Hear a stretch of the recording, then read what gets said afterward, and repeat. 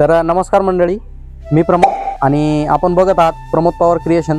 तर आपण आज आलेलो होतो अनकाईच्या किल्ल्यावरती। तर अनकाईच्या किल्ल्यावरती आज आपण सर्वात आधी बघणार आहोत की इथे काही प्राचीन गुफा आहेत। तर या गुफाविषयी आपण पहिली पूर्णपणे जी माहिती आहे ती आपण बघणार आहोत आणि याचा पूर्णपणे जो डिटेलमध्ये इतिहास आहे, या गुफा कधीच्या आहे, कोणी निर्माण केल्या, या गुफांचं निर्माण करण्यामागे मेन हेतू काय होता, हे आपण पूर्णपणे याची जी सविस्तर जी माहिती आहे ती आपण तुम्हाला आज या व्हिडिओमधून सांगणार आहोत।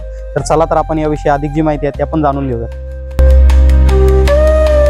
तर आपण इकडनं बघू शकताय, एक इथे भव्यदिव्य अशी दुर्गा माता आणि गिरिजा माता पण म्हणतात तर ती मूर्ती आहे। तर ज्यावेळेस हा किल्ला मराठा साम्राज्यांच्या ताब्यात आलेला होता तर त्यांनी या मातेची इथे पूर्णपणे देखभाल आणि पूर्णपणे त्यांची सेवा करण्याचा एक निर्णय घेतलेला होता। त्यानंतर याच मूर्तीच्या मागे आपण इथे बघू शकताय, इथे प्राचीन देवदेवतांच्या ज्या मूर्त्या आहेत त्याही आपल्याला इथे बघायला मिळत आहे। तर इथे आपण समोर बघू शकताय, फर्स्ट फ्लोअरवरतीच्या टंकाईच्या किल्ल्यावरती खाली एक फर्स्ट फ्लोअरमध्येच एक गुफा आहे। या गुफेमध्ये आल्याच्या नंतर आपल्याला इथे एकदम अतिशय शांततामय पूर्ण वातावरण जे आहे ते आपल्याला इथे बघायला मिळतंय आणि एकदम अशी प्राचीन काळाची गुफा आहे। इथे जर आपण खाली जर बघितलेलं आहे तर इथे आपल्याला असा एक दगड दिसतोय आणि त्या दगडामध्ये अतिशय भव्य दिव्य आणि अतिशय एकदम छान प्रकारे ते कोरीव काम आपल्याला बघायला मिळतंय। आणि आपल्या मते या दगडाचा जो वापर आहे तो एखादी जी मूर्ती आहे ती मूर्ती घडवण्यासाठी केलेला असावा, असा आपण एक प्राथमिक अंदाज आपण वरतो। तर आपल्याला इथे खालीच आणखी एक गुफा मध्ये बघायला मिळते, पण ते गुफा बंद असल्यामुळे आपण तेथे एंट्री नाही करणार आहोत। नंतर आपल्याला इथे एक अशी पुरातन काळाची छान प्रकारे अतिशय भव्य दिव्य दगडांमध्ये कोरलेली एक मूर्ती आपल्याला, जैन मूर्ती आपल्याला तिथे बघायला मिळते।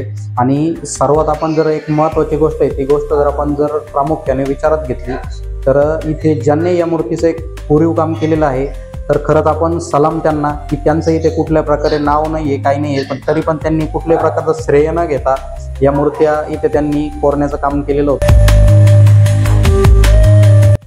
तर मंडळी, याच टंकाईच्या किल्ल्यावरती आपण खूप साऱ्या काही प्राचीन ज्या मूर्त्या आहेत त्या आपण बघितलेल्या आहेत आणि त्या मूर्त्यांची खरं तर आपण तिथे जैन महावीर ज्या लेण्या आहेत त्या बघितल्या।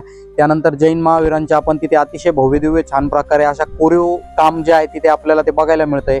आणि त्यानंतर आपण जर इथे आधी जर बघितल्याप्रमाणे आपण तिथे गिरिजा माते, भवानी मातेची पण जी मूर्ती होती ती आपल्याला तिथे बघायला मिळाली।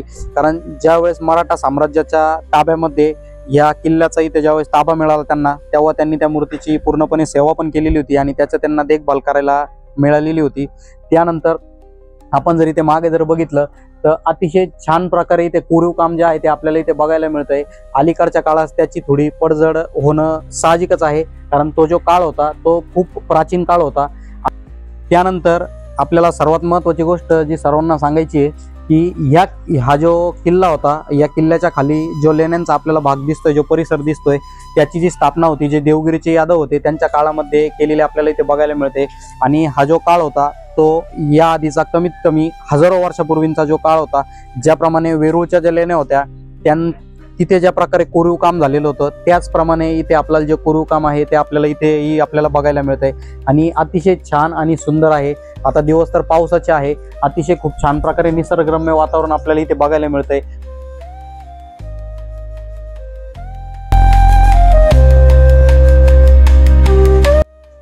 तर मंडळी, अशाच प्रकारे जो प्राचीन काळातील धार्मिक देवी देवतांचा जो इतिहास आहे तो आम्ही तुमच्यापर्यंत पोहोचवण्याचा प्रयत्न करत असतो। व्हिडिओ जर तुम्हाला आवडलेला जर असेल तर तुम्ही व्हिडिओला लाईक करा, आम्हाला नक्की कमेंटमध्ये कळवा आणि चॅनलला सबस्क्राईब करा। धन्यवाद।